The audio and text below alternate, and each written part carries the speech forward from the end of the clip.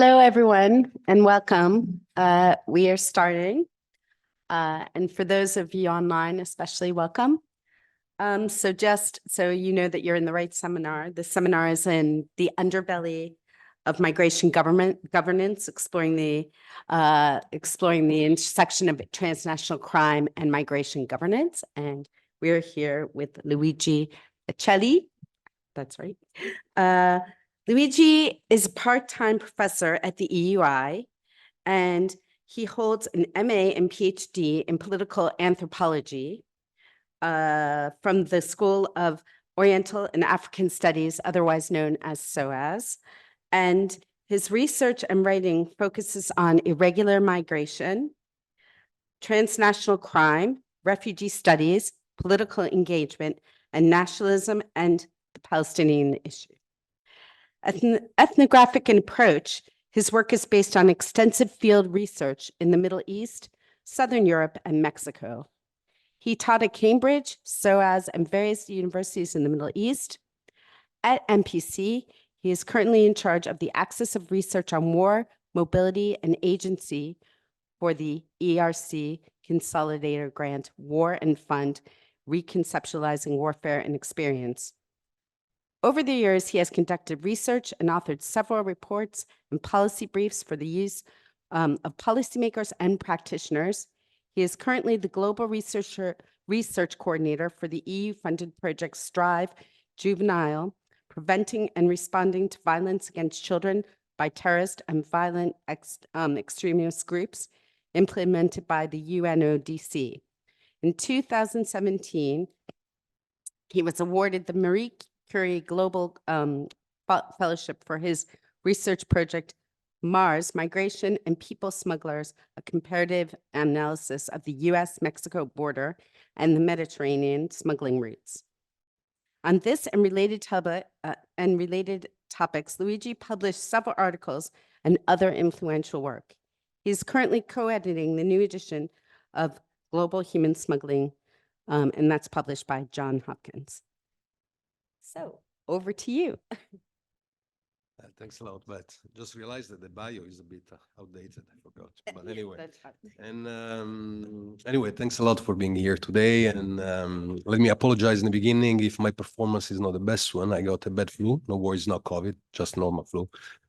But anyway, thanks for being here. What I'm presenting today is a project that some of my colleagues at the MPC has already heard a part of it. So it's a work in progress. What I'm presenting is an attempt to develop a bit further what I already presented here during an incubator I had a few months ago. So feedback, criticism is very much welcome, and it will help me to nuance and develop further this project, this line of research. Anyway, without any further ado, let me get to the point. What I'm presenting today is an investigation into the role of criminal groups in migration governance. Now, as you may know, in recent years, international organizations and media outlets all over the world have not only denounced, but also documented many instances of criminal involvement in migration management and border control. Now, a case in point, for example, in the Mediterranean is Europe's externalization policies have recently come under scrutiny because for enabling criminal groups in Libya to enter migration management, and to somehow affect, to play a role into the externalization of asylum responsibilities from Europe, by Europe in Libya. Another example, by the way, with the Italy-Libya MOIU, the Memorandum of Understanding being a case in point. Another notable example is Europe's asylum system. Now, as you know, EU law doesn't allow for the regulated arrival of asylum seekers into Europe. So as a matter of fact, most asylum seekers entering Europe enter through irregular channels. Irregular channels, according to Europols, are mostly managed by human smuggling. So it goes without saying that the operation of human smugglers play a role into the function of the European asylum system. Now, despite the increasing number of reported incidents documenting the role of criminal groups in migration governance, there has been very little in academia, both in terms of data collection and theory making, when it comes to the role of these groups. And this is quite peculiar if you think about it, because I mean, scholars have actually recognized the complexity of migration governance. By the way, here with migration governance, I borrow Andrew Geddes and Schulten's definition as the constellation of policies, practices, and discourses steering international mobility. Now, it's quite peculiar, this absence, because scholars have recognized this complexity by calling migration governance using terms such as infrastructure, market, apparatus, business, all these terms that highlight the multifaceted network-based nature of migration governance. However, they generally focus on either on the role of states or other licit legal actors, such as international organizations, NGOs, private companies, and civil entities. We still don't know what criminal organizations do and play. So I'm trying to bridge this gap with this short presentation today. And to do so, I'll try to reverse the standpoint, the normative standpoint when it comes to transnational governance and crime, rather than seeing criminal organization as a threat to be addressed by, as a challenge to be addressed by a network of national, supranational, local actors at transnational level. I will see these criminal groups as one of these actors themselves that play roles in steering a challenge. And this challenge is migration. And I will try to push further this line of reasoning by showing how they not only play a role, but they may also be functional to the reproduction of the legal system, the migration, the legal apparatus for migration governance. Now, methodologically speaking, we can get later, but briefly, I base what I'm saying on a literature review and ethnographic research with smugglers and other key actors of migration governance, migrants, law enforcement, so on and so forth, that I've been carrying out on and off since 2015. Let me just quickly glance into the theoretical, to the state of the art. When it comes to crime and migration, there are two main bodies of studies. On one hand, there is a body of studies that tends to frame the role of criminal groups as disruptors of state interest in migration governance, and state tend to steer migration governance. On the other side of the spectrum, there is a body of studies who sees crime, especially criminalization, as a process through which states control and manage migration. The first body of study builds on Manuel Castell's influential work and argues that globalization has not only empowered multinational organizations, but also transnational criminal organizations, such as smuggling networks, drug traffickers, and human traffickers, so on and so forth. And thriving out of migration crisis, these criminal groups have created in the process global syndicates of organized crime that have subverted, replaced corrupted state authorities and attempt to control migration. And and in the process made billions out of their involvement,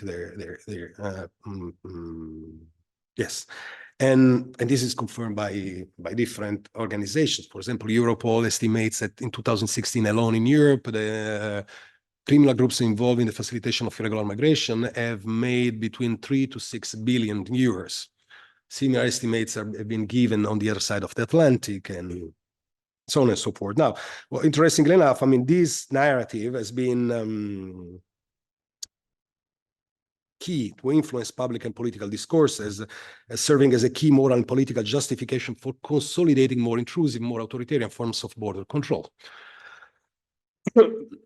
On the other side of the spectrum, we have a completely different understanding of crime and migration governance. Now, this body of studies has criticized the idea, has challenged the idea that crime is fundamentally antithetical to governance by focusing on the role of criminal groups in manufacturing illegality. Scholars like De Genova talks about legal production of illegality to show how states produce the very concept of crime is not an objective quality, but is the outcome of a process of criminalization. This process of criminalization, these studies have shown has been functional for states to control and steer migration. A large body of literature now exists on the criminalizing dimension of powerful policy and border regimes. The scholarships has documented the framing of migration as a security problem by leveraging ideological and coercive tactics typically used for criminal or military threat. Now, in my research, I build on this critical body of study. I do agree that the legal migration apparatus generates specific forms of illegality. Some of this process of criminalization is functional, is part and parcel of the process of steering migration governance. However, I think that we are missing a piece in this puzzle.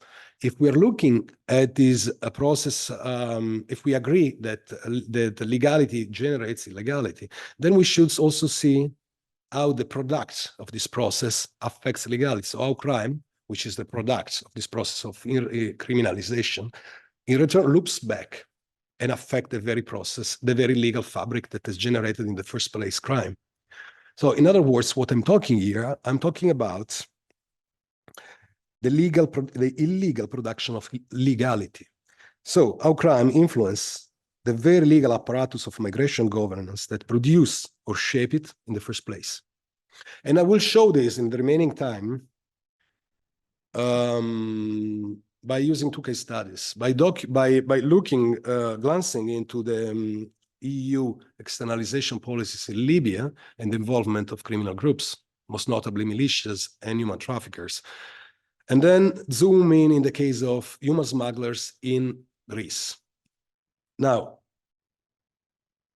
when it comes to Libya, European Union in recent years has significantly boosted this approach toward managing migration, particularly through externalizing its migration control mechanisms to third country. In March 2016, the EU-Turkey deal was signed, and this was considered to be a considerable success in managing migration. If anything, this approach has persuaded the EU and its member states that the best way to go to steer migration, to control migration, was to externalizing asylum responsibilities and border control to third countries. Libya was the next step in this process. So the EU, along with member states such as Italy and Malta, have invested substantially in the Libyan coast guards and navy, equipping, training, and funding them in order to intercept, stop, and containing migrants within Libya. Now, this partnership with Libya has not been without controversy, as we all know. Reports and studies, including UN reports, investigations, have documented how this collaboration between Libyan authorities and criminal groups engaged in smuggling and trafficking have been unfolding across different scales of migration governance, including involving even top levels political members of the Italian system, with notorious criminal leaders in Libya. Now, this collaboration, scholars have argued, is rooted in the complex political economy of Libya. In other words, many of the criminal groups involved in the facilitation of human smuggling, who were also involved in law enforcement because they were part of the militias that seized power after the fall of Gaddafi, they found much more convenient to align with EU externalization priorities in Libya rather than fighting it.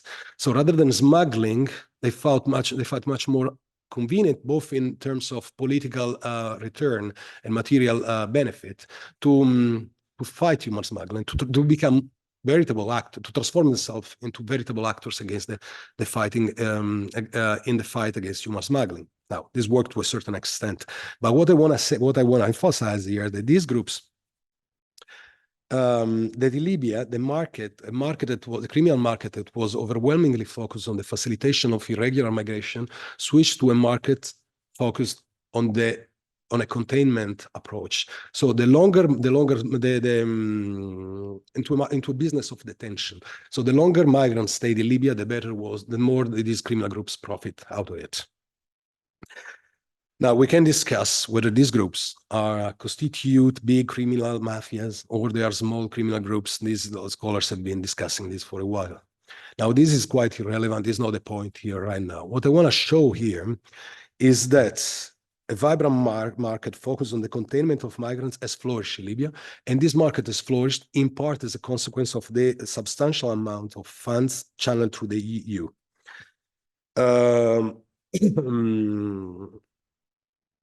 Now, just to give you an idea, the EU by 2021, the EU financial commitment to Libya amounted to approximately to €500 million. Anyway, against this background, detention centers in Libya, both official and unofficial, becomes the best way to enact this policy of containment. Now, as I say, there are two types of detention centers. One official. The official one is managed by the DCIM, the Directorate for Combating Illegal Migration, a governmental body. And the other one, the unofficial ones, are managed entirely by criminal organizations, criminal groups.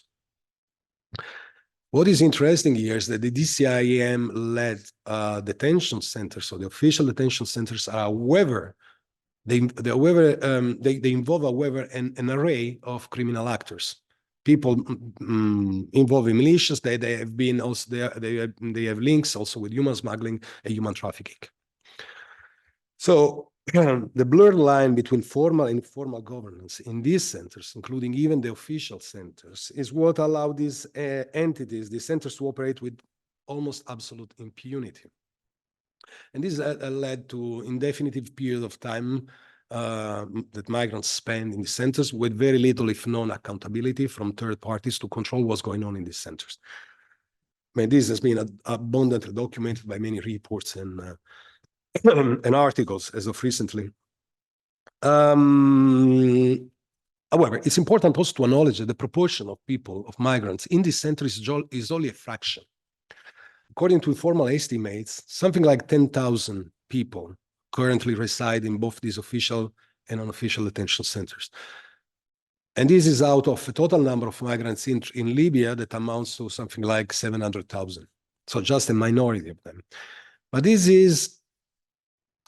regardless of the actual amount of people that are currently detained in these centers, what's important here is that the stories of violence, both perpetrated within these centers and outside these centers, and abuses, and have been crucial in deterring many other migrants from embarking on journeys via Libya, through Libya.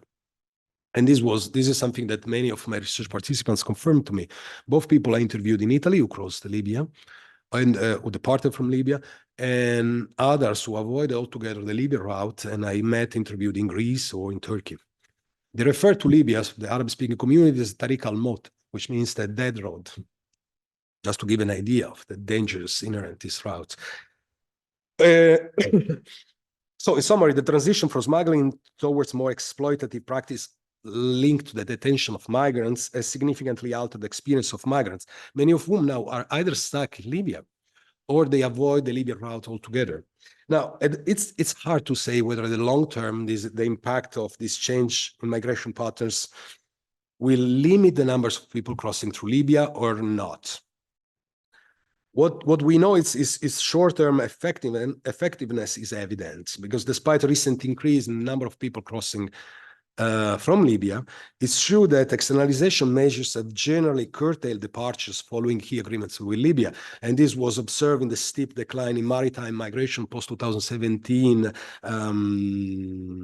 which is in coincidence with the signing of the MOU between Italy and Libya. What about Greece? Now, in the case of Libya, a market aimed at exploiting detaining migrants flourished concomitantly with externalization measures implemented by Europe in Libya. And interestingly enough, found some sort of alignment with EU goals of containing migration and deterring other migrants from migrating. In other cases, criminal groups' alignment with state or supranational state priorities may actually occur in the context of the facilitation of irregular migration. And this may come across as quite surprising, because if you think about how states have tried to curb human smuggling in any possible ways, But this is what I observed in Greece, in the city of Lepara, which is a fictitious name for the city, but it's an existing city, who is in the westernmost, is a coastal city on the western part of Greece, just facing Italy. Every day from Lepara, ferries departed with onboard trucks. In these trucks, there were migrants. The smugglers operating in Lepara were hiding migrants in the ferries, in the trucks that would have been then loaded in the ferry and then left heading to Italy. The smugglers I interviewed referred to their operations as the game, because they highlighted the interaction between them and the local border authorities. So local border authorities tried to stop migrants. If they found migrants hiding, they would arrest them and for a little while and then send them back, or left them walk freely. But they didn't arrest the smugglers. And this is something I observed myself. And the city was quite small, so everybody knew who the smugglers were. And this kind of game was going on since a while. According to Ali was the head of this small group of smugglers operating in Lepara.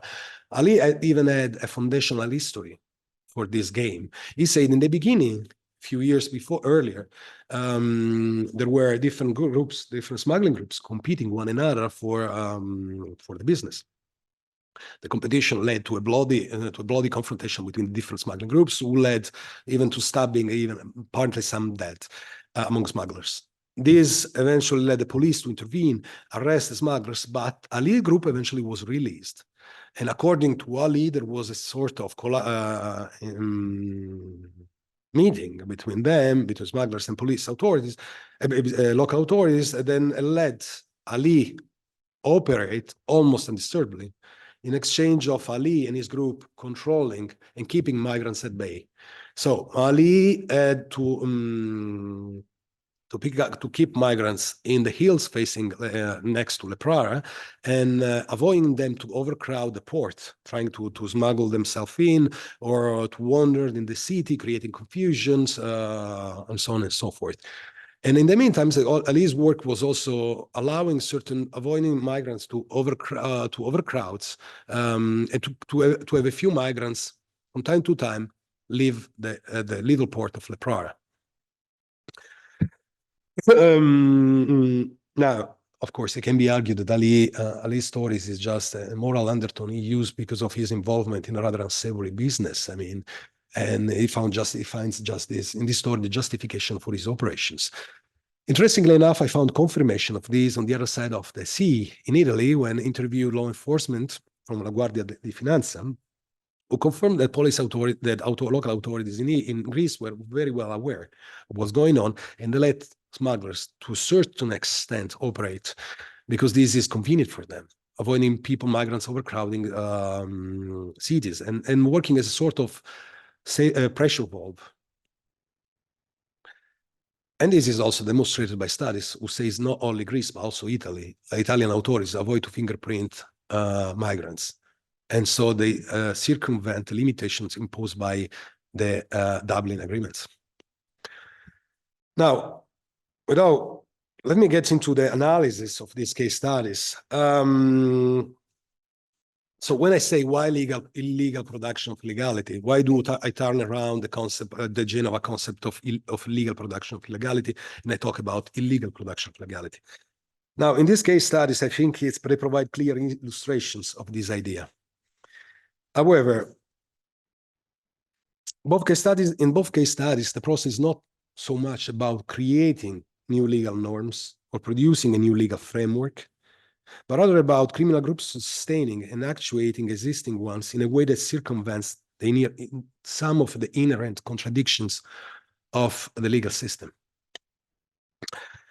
Now, a concept that can help understand this process can be Iowa's own concept of graduated sovereignty. I don't know whether you are familiar with this concept. Ongs introduced the concept of graduated sovereignty to describe the different degrees of state control over different parts of national territory in China. Now, this process leads to different legal frameworks within a country, with some areas like special administrative regions and free trade zones that see reduced regulations and increasing influence of non-state entities. On perspective reveals that states can achieve certain goals, like economic development, for example, even in contexts where the normal rule of law is diminished or even suspended. So paradoxically, states can reinforce their authorities and their grasp over governance by reducing their own authority. Now, let's try to translate this, to adapt this concept to the context to my context. The concept of graduate sovereignty can be applied to understand the role of criminal groups in migration governance and their alignment with state priorities, sometimes, not always, of course. As much as Ong describes certain zones being subject to distinct governance due to their global market roles, the EU and its member states rely on a stratified system of border management where specific zones and routes are governed under different standards and by different actors, including criminal actors. And this differential governance is visible in both case studies. In Libya, by engaging with non-state actors, including militias and traffickers, the EU outsourced its migration control mechanisms. Now, the primary goals of migration, the externalization measures is to enable, is to contain migrants in third countries and to avoid and to deter other migrants from embarking in irregular journeys. Now, the strategy's rationals becomes evident if we consider that Europe's asylum system, where refugees, at least in principles, enjoy certain rights, including the non-refoulement rights, under both international and most national laws. Therefore, shifting migration control operation away from national borders emerges as a deliberate strategy by EU member states to evade the mandate of legal frameworks and the jurisdiction of the European Court of Human Rights. In this context, a collaboration between governments and criminal groups become a clear embodiment, a quintessential form of externalization. Underlying its foundational principles, the vision of responsibility and the uncompromising control of migration. In Greece, we are witnessing a slightly different context, the situation within the now, but it can become apparent in the context of the Dublin agreements. Now, according to the Dublin agreement, the responsibilities for the asylum claims is placed on the country of first entry, and this has placed certain burdens on frontline states such as Italy, Spain, and Greece, states that are things are way more complex than that. But it's to simplify. Frontline states have complained about the burden of asylum claims they had to deal with because more exposed to to boat migration, which comprise most of asylum seekers coming to Europe. In this context, the allowance for smugglers to operate in Leprara provide local authorities a dual advantage. It allows them to formally comply with the Dublin agreements while practically also managing migration challenges at local level. Now, to conclude, very quickly, rather than rehearse what I've said so far, let me just address two main objections that can be advanced in my line of research. First of all, it can be argued that I'm simplifying things, which is true. I mean, the relationship between criminal groups and in migration governance is not so much deterministic. It's not that criminal groups are always aligning with state priorities or legal actors' priorities. This is not least because migration governance involves an array of different actors. Even the same actors may be comprised of different parts who may have contrasting interests. So, for example, the state is not a monolithic entity, as different actors, different state actors may have different priorities. So, and this is very true. So I'm not in any way claiming that the relationship between groups and in this case, state actors is always one of symbiosis. I'm just bringing this to light because I find it offers an insight into the role of crime in migration governance. But there are way different forms of collaboration, conflict between criminal actors and different actors of migration governance. The other one the other criticism that can be moved is that I'm having a conspirational view. I'm bringing, because of course, how can it be possible that states involve, because states and illicit actors presumably operate within the rule of law, which is mostly very true. But again, the point here is I'm not suggesting. It's important here not to overstate the intentionality of the interaction between states or other illicit actors on one hand and criminal groups. The case studies here suggest that such collaborations are often characterized by unspoken agreements rather than explicit partnerships. Now, for example, in the context of Libya, just to give you an idea, there are very interesting studies. One of them is by Cardwell and Dixon that shows how the vague nature of EU policies has reinforced the role of criminal networks in migration governance. The fads in many of the agreements and partnerships that involve these externalization policies are very fuzzy in nature. And these have facilitated the entrance from fuzzy groups, such as criminal groups. It can be also argued, by the way, that they're actually intentional, because if we want to give credit to Ali, this was an intentional form of collaboration. According to to many investigative journalists, the Italian political leaders were very well aware that former members of smuggling groups and trafficking groups were involved in high-level negotiations with top Italian political leaders. But this is irrelevant here. What I want to show is that either intentionally or unintentionally, criminal or criminalized activities can play a crucial role in migration governance, and at times can even reproduce specific forms of legality. And that would be all. Thank you. Thank you so much, Luigi. We're going to take some questions, I think first from the room, and then we'll take them from online. Martin? Oh, should I gather some? Do you want me to, how do you want to do it? Gather a few and then, okay, so Martin, yes. Anyone else? Okay, great. All right, thank you. Yeah, so I'm Martin Roos. I'm based at the Migration Policy Center. Thanks very much, Luigi. I found that presentation kind of very effective, and the way you start with an idea and try to develop the argument through the two case studies. And I find kind of this basic idea that we need to look at these actors more proactively as part of governance. I think it's quite convincing. But I'd make 3 points. One is I didn't understand your final conclusion. I think you could do more work in explaining how this is all about the feedback that you had in your chart. Why does this maintain? What's the feedback effect?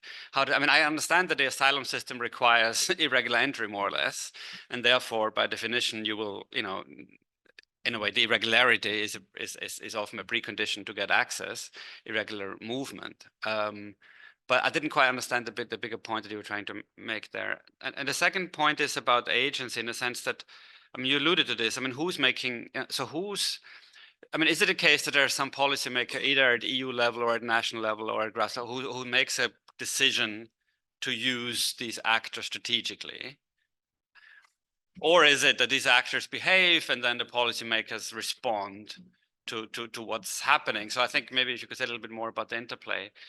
And then finally, again, I would find it even more convincing if you could start even by talking a little bit more about more general literature around this. This must be an issue not only in migration. The fact that legality creates, laws create illegality, and then there might be feedback effects, and how is the interaction? There might be lots to learn from other areas.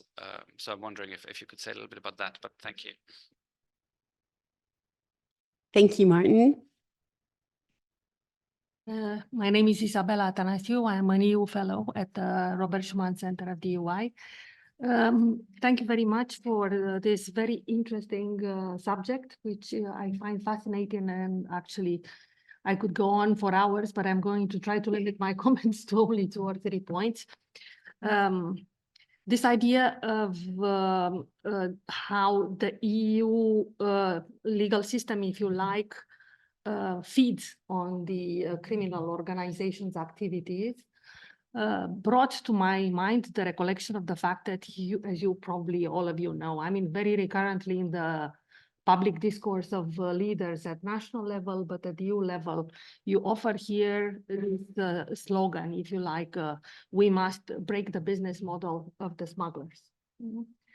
I think that there is something there that is not exactly captured in the way that you approach the subject, in the sense that you probably can bring more meat into your discourse, in your presentation, by exploiting why is that this public discourse has developed. I mean, I think we all agree with the fact that, you know, I mean, in prohibition times, there is always a channel providing illegally what is needed on the market, no? So everybody knows this. But I think that there is very little that we know about what is actually meant by this business model, if we are to take the slogan seriously, yeah? And I think that you can, in a certain way, I mean, this second point is related to the first one. If you want to look at the business model of the smugglers, maybe you might find useful to compare your case studies, which look at very specific situations. So you're looking at Libya, which is a failed state where there are criminal organizations. And then you're looking at intra-EU smuggling. Yeah? But how about if you were to look at a more standard situation of the externalization hypothesis? So for example, what happens in the relationship between Italy and Tunisia? What happens in the relationship between Spain and Morocco? And what happens not in the least between Greece and Turkey in the context of EU-Turkey agreement? Yeah? So I think that what you have there is, on the one hand, the fact that the state wants indeed to externalize the border control. Then you have the development of this market, and then you have certain dynamics. And then your case studies are a little bit deviating from the standard model. Huh? So maybe you can develop a little bit on why these are different from the others, no? I'm just thinking. And I think that the last point is a little bit, I mean, you're saying that, you know, the EU legal system, or the national ones, if you like, legal systems built on the criminal activity in certain circumstances. And indeed, your models show examples of when this is happening. But how about looking a little bit at the opposite, huh? How the criminal organizations are feeding on the national legal systems and the EU system? Because there must be a correlation between these two things. Huh? So, I mean, it's like feeding on each other. Huh? You see what I mean?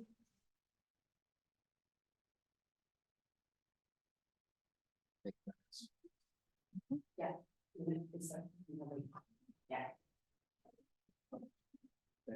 Thanks a lot for these questions. Yeah, as I said, it's a work in progress. So there are many gaps, many things that needs to be clarified. And so apologies for this blabbering. And yes, Martin, thanks for the question. Yeah, very good questions indeed.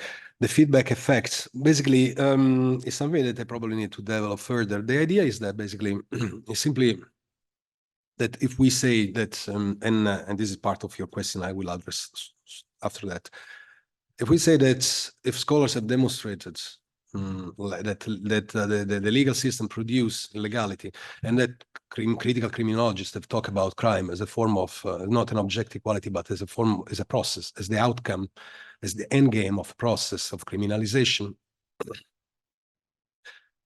Once we have seen how this Frankenstein, if you want to call it, the legal system intentionally or unintentionally created, which is called crime, then I mean we should also see, we should not limit our analysis to this, but also see how crime then impacts on the legal system. In this case, on the legal system steering migration governance. I don't know whether this makes sense. Yeah, how it works in your case, that is how it's simply like that. It's not. It was not very problematized. It was simply as a way to highlight that there is a missing point. That we are seeing just the direction, but not the return. of this direction, we are seeing, this is an interaction. We're just seeing the states impacting crime, but not how crime impacts the state, the governance, sorry, how states, the legal fabric of governance.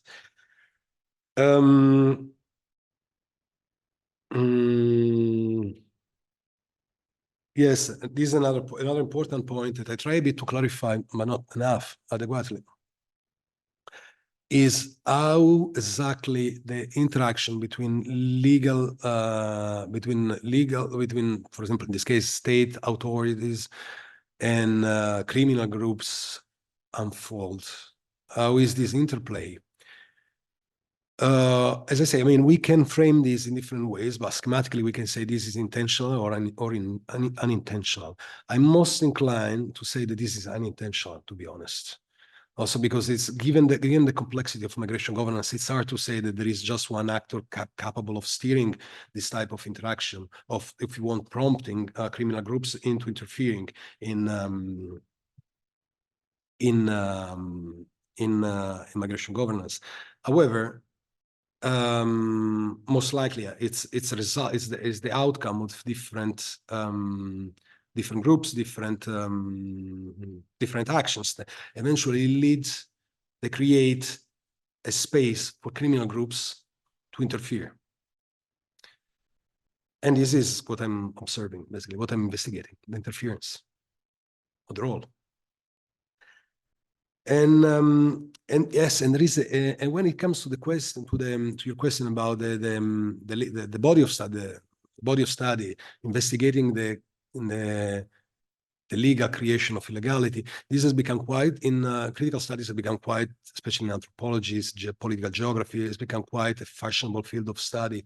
And there is even subfield of studies that are called crime migration, that shows how states employ and deploy certain types of normative power in order to criminalize certain categories of migrants in order to deter these migrants from entering and regulate the arrival of others, the movement of others. However, it's not just about, this is how this body of studies was established, but then further studies have nuanced further this line of reasoning, showing how it's not just about legal norms of creating certain categories or creating or criminalizing certain categories of migrants, but is also a much more complex power, which has to do also with the concept of, with Foucault concepts of power, and is deployed across different levels. So, for example, criminalization can occur also through narratives, through the way, through the conceptualization via media of the migrant as the deviant migrant.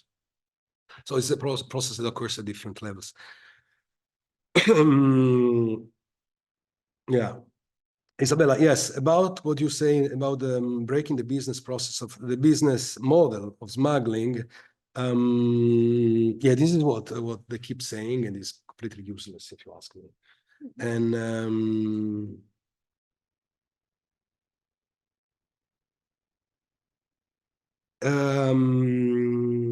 yes,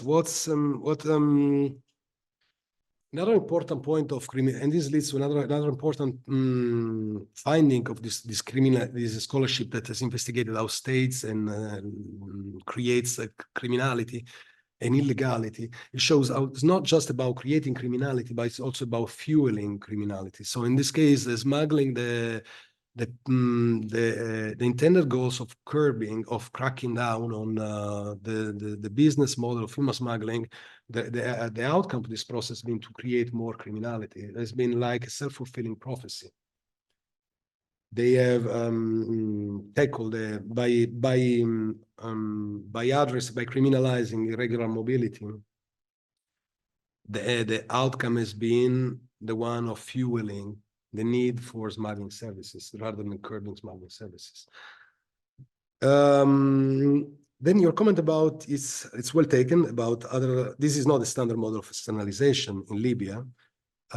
This is maybe very true. What I try to do with my presentation was not to claim that externalization measures always create criminality or lead to criminalization, even though I'm not a big fan of externalization measures. I just use this as a case in point.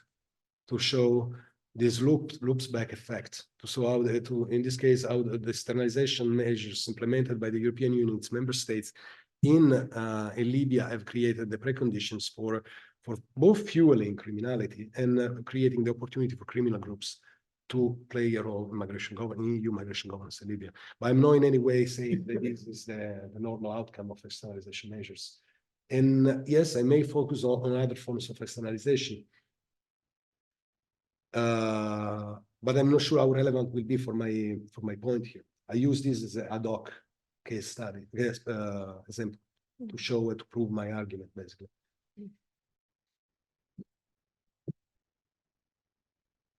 Okay. Next question. Leila, and are there any from, we'd like to hear from the people online. Does anyone have any questions? You can write it in the chat box as well, and I can read it out.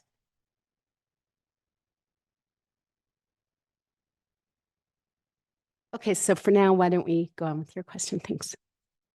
Thank you. So my name is Leila Giannetto, and I'm a research fellow here at the MPC. Luigi, thank you very much for this presentation. It was very interesting, also the way in which you actually argumented, as Martin was saying before.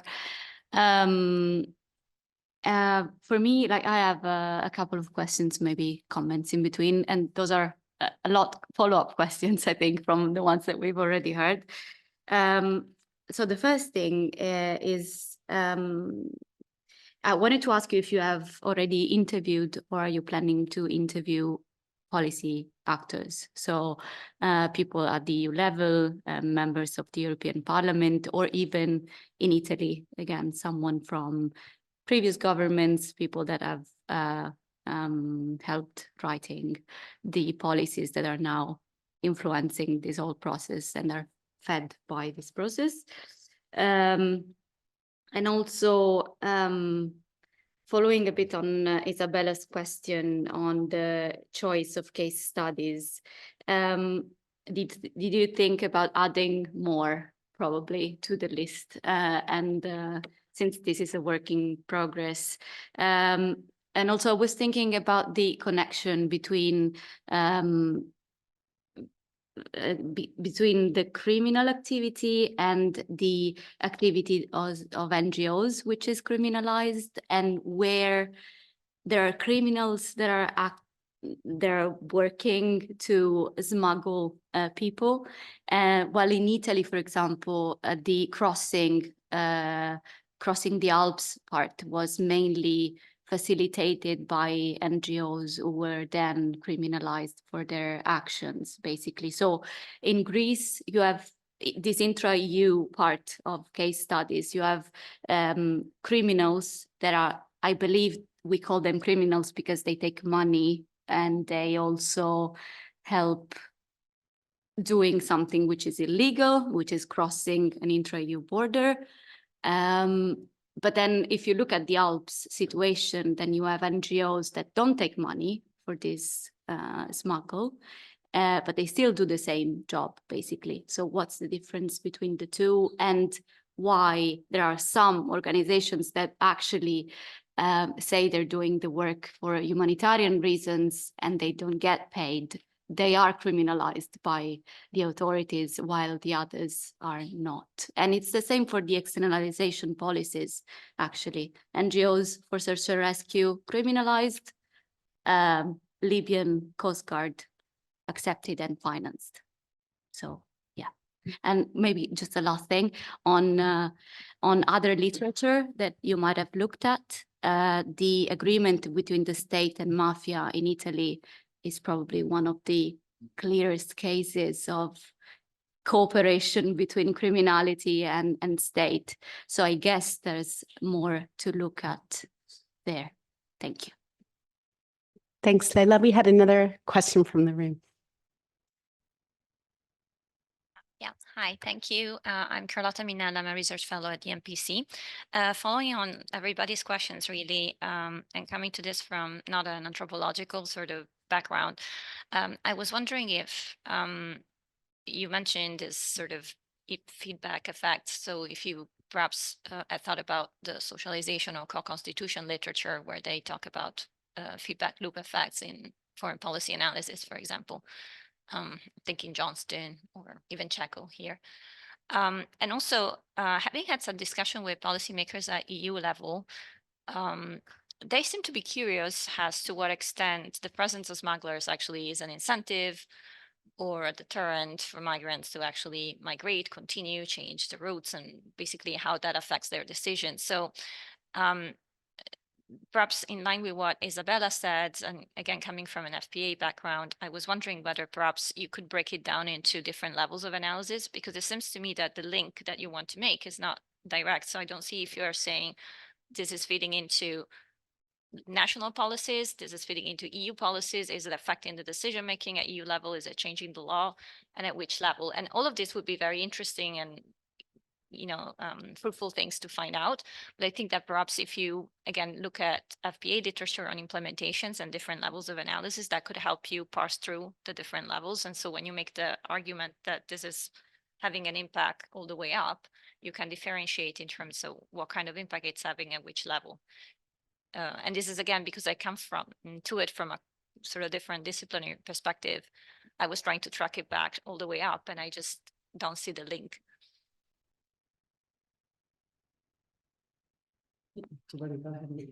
Yeah. I want to take advantage as chairwoman to ask you a question as well, which kind of relates to that. I was just wondering from a policy perspective, I mean, how should this be changed if this is happening? What would you say to the Commission or to the EU about it? What would be your recommendation from the work that you've done to fix it, or is there no fix?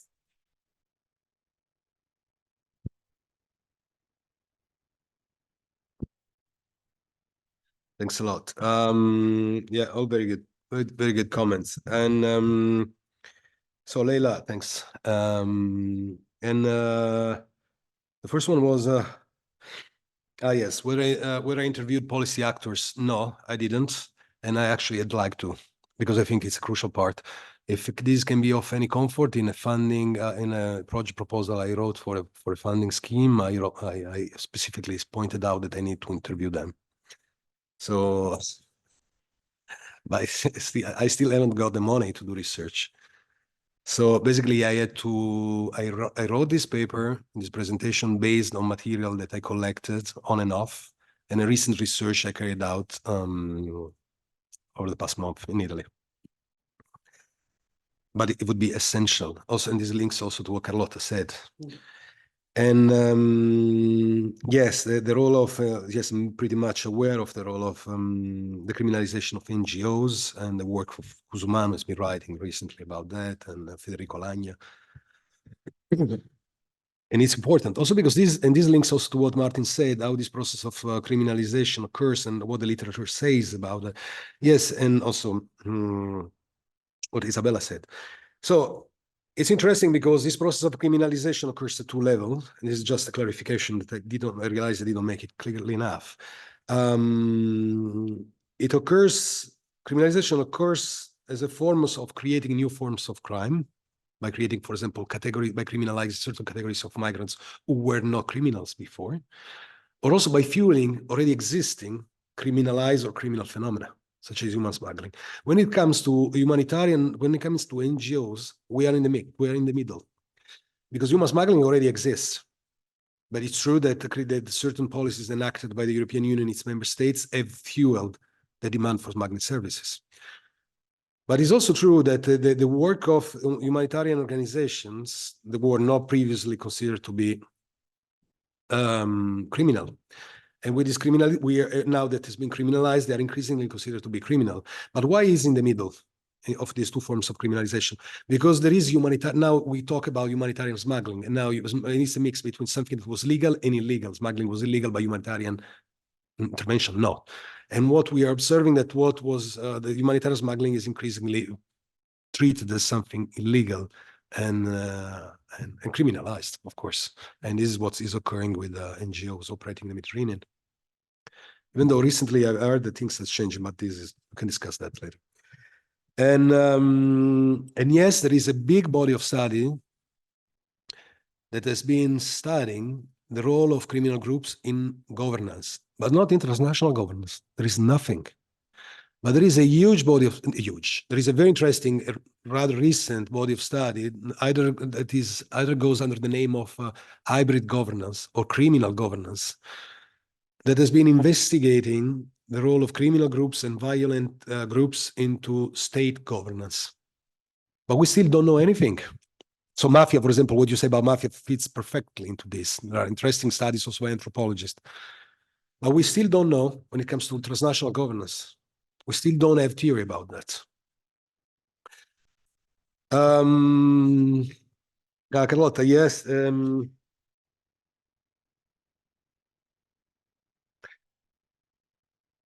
What was your first comment? I know, I just suggested you might look at the constitution literature in.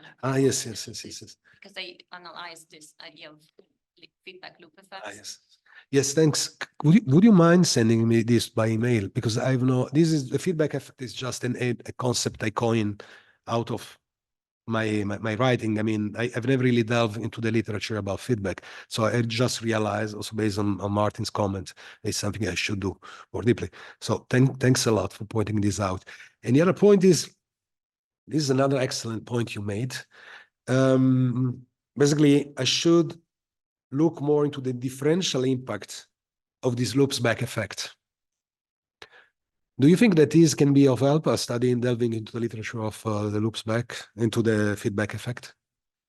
Yeah, I think so, because I mean, I'm looking again from my own disciplinary perspective, so it's international relations theory and FBA, but what you're doing, it's very granular sort of ethnographic analysis, but then you can trace it all the way up to studying specific policy answers within, be it the Libyan Italian case or be even the EU case. And so there is, I think, very helpful literature. I can send you the links that breaks down, for example, implementation of whichever agreement, distortion at the ground level of practice, and then you can sort of trace it up and see which actors are playing a role and whether they are co-opting the policymaking system or not and how it's working. So I think you would find that literature very, very interesting and helpful. And it sort of ontologically and epistemologically is a little bit before the critical studies approach, but it is in line with what BIGO and sort of the securitization theory does.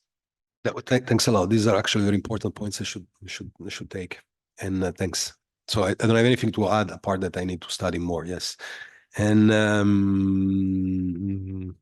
yeah, Beth. And last but not least, your your $1 billion question. So what to do? No, I just like to recount these stories because what critical scholars usually say is that you need to open legal channels of mobility, for asylum seekers. But I remember I was attending one day a conference, and they told me this. There was one of the members of the one of the person attending attending this conference in Cambridge, who is in Oxford.